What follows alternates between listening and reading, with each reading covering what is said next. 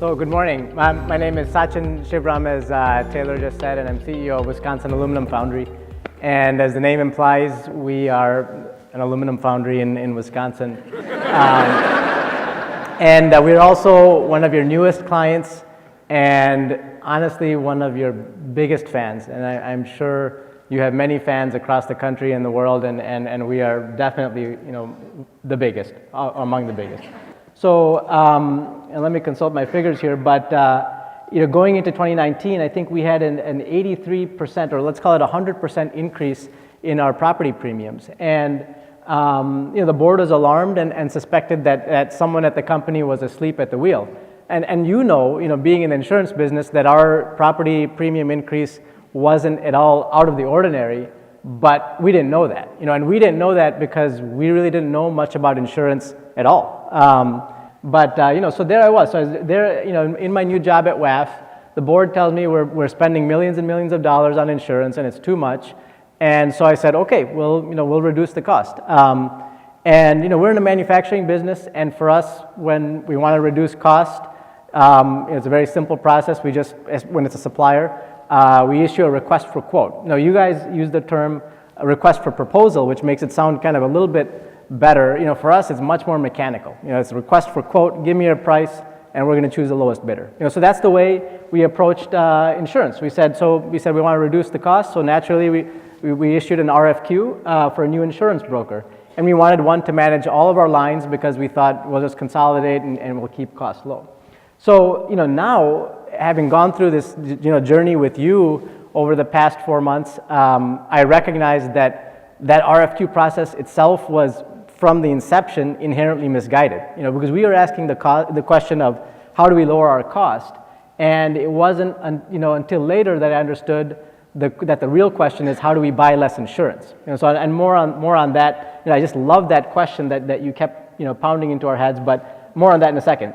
So, we invited a few brokers to participate in the RFQ process, and they included, big names that you all probably know.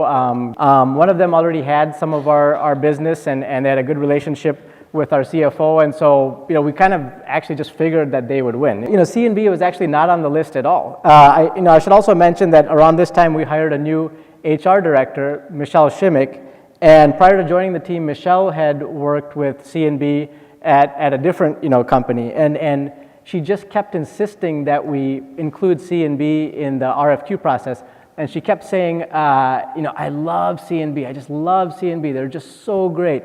And I didn't even know how to process her affection for C&B because, for me, it's like insurance, it's like, it really was just weird that she would even speak in those terms about an insurance brokerage.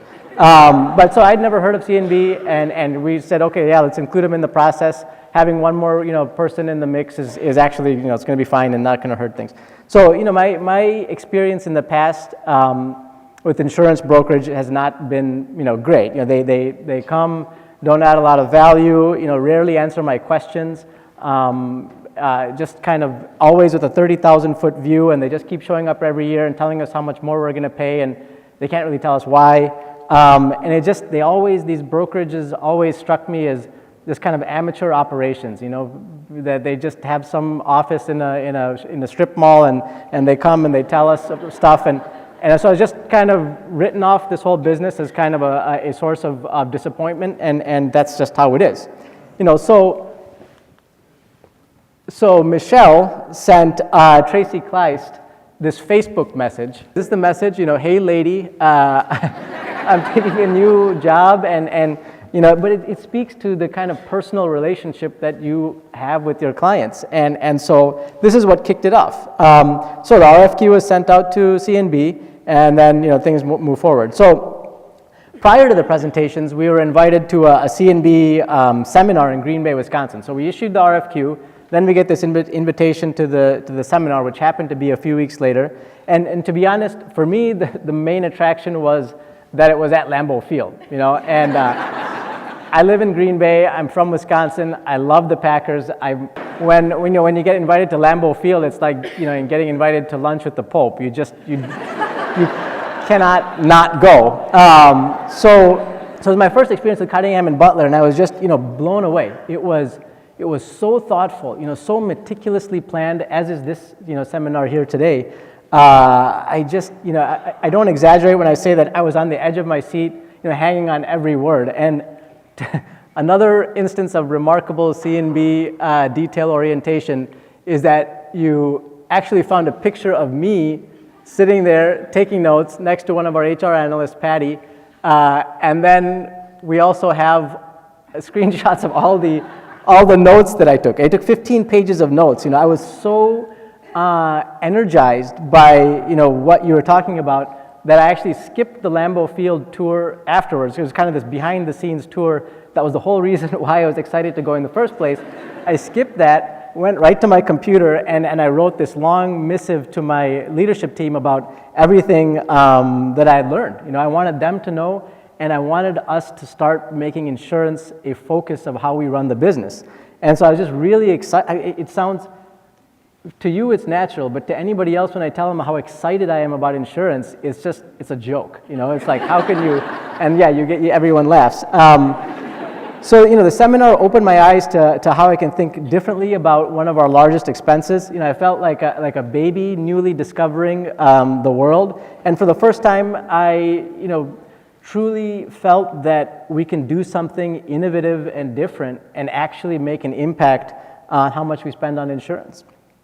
So in the weeks following, it came time for the RFQ presentations, and it started with the people that we already were doing business going first, and we had a day for each one, and the meetings were just an utter bore. They one after another, each group trooped in. It was frustrating. They had very little to say actually in response to our RFQ, no solutions, and really the most off-putting aspect of their presentations, and this was across the board, all of them, was that there was no team concept. And for us, from outside the insurance business, brokerage is a brokerage, and you have different verticals, benefits and risk management. But I didn't know that. But these teams came in, and they all made the same joke about how they had never met the benefits people, and they both sat on different sides of the conference table, and they'd never sit on the same side of the table. Literally the same cute joke. They all made it. But to me, the point was, man, these people are uncoordinated. It's just why we want one brokerage, and actually, even if we go with one, we'd end up having multiple. So the presentations just kind of ended up being commercials about themselves, and they were bad commercials. So, in short, this is what I had expected. So then C&B presented, and the difference was night and day. I mean, you came in, David joined for the meeting, which I was, floored that he, came up. And I was actually traveling the day that C&B came, and David called me the next morning, and he's like, yeah, I was at your, plant yesterday, and I was like, you were here? I was shocked, and then they came back the next day to have a one-on-one meeting with me so that I could better understand everything. And while everybody else was taking this kind of 30,000-foot view, C&B came in with this presentation that was a 1-foot view, with real solutions for the questions that we were asking. We had a section in the RFQ to have the brokers tell us about what it might look like if we opened up a micro-captive. And everybody else just kind of blew off our question. They said, it's not going to pass IRS muster, and just don't go down that path, and just didn't even bother engaging. Now, you guys, came in with a chapter of your presentation was about micro-captive solutions, what it would look like, and who the partners might be. I mean, it was really amazing. So you came in with passion, smart thinking, energy, and a real desire to partner with us. So following the RFQ presentations, the choice was beyond clear. I mean, your smart thinking just, blew whatever relationships we thought we had out of the water. Those didn't even matter. So we selected our broker as Cottingham and Butler, and our experience so far has been, everything and more that I knew it would be once you made your presentation. And a couple examples here. We had a proposed 24% increase in our health insurance premiums, which would have been about $1 million. And so, Tracy and Colin, and Taylor and the team were able to immediately counter with a number of different options, including negotiating the incumbent down. And then they offered us an option that would actually reduce our insurance expenditure by $600,000, so that there was a delta of $1.6 million, perhaps, potentially. And so, we sat down, we thought about it, and obviously the savings, as you know, in the insurance business, come with restrictions. And so we didn't want to impose this on our employees, and so we told Tracy, I think we need a town hall for this, and let's get our employees and union representatives in a room and let's talk about it. So she set everything up, actually brought the CEO of that health system, Dr. Rai from Prevea, to talk to us. We had this amazing, town hall. The union presidents. We have 3 unions in our plant. They were all there in the front row, asking tough questions, being skeptical about what the company is trying to do, and they came away totally convinced. We had unanimous agreement that this was the way we needed to go. And next year we're going to save $1.6 million. And for us, to give you context on what that means, that's about 10% of our operating income. This is huge for us. Another breakthrough for us has been on the formation of the micro captive. And this is very much fresh in my mind because we're working through this as we speak, minute by minute. And Colin has been working with us on the formation of this, and it's been very complicated. And I could go on for hours about just what's happened in the past week. But one example is that our current tax accountant was kind of getting confused about what the captive meant, and they started being unhelpful and telling us we need to do all these things. So Colin found us a new tax accountant. I'm sure, I kid you not, we're having a new tax accountant, a Baker Tilly, going forward next year because of Colin's efforts.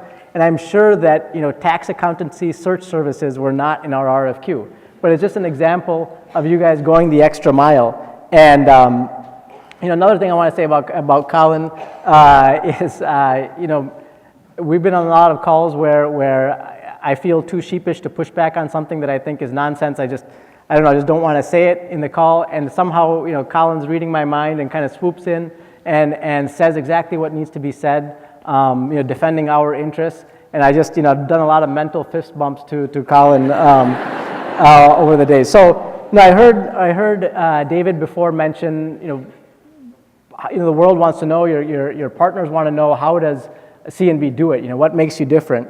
And for me, it comes down to 3 things. One is you truly understand that the details matter. And if you're getting the details right, it means you're probably getting the big stuff right, in my mind. And every single experience I've had with you, from the RFQ submission, the solutions that you bring to us, your communications, is just so detail-oriented and perfect. And this event that you're doing here today is a perfect window into that strength of yours. I've participated in other company events like this. We're doing a sales meeting next week. We all just kind of wing it, we just kind of invite people and we kind of bumble through the conference. But you have planned every single detail down to having water bottles here, the itinerary, everything, so perfect. And this is how you run your business, and I love that. The second is you are forward thinking.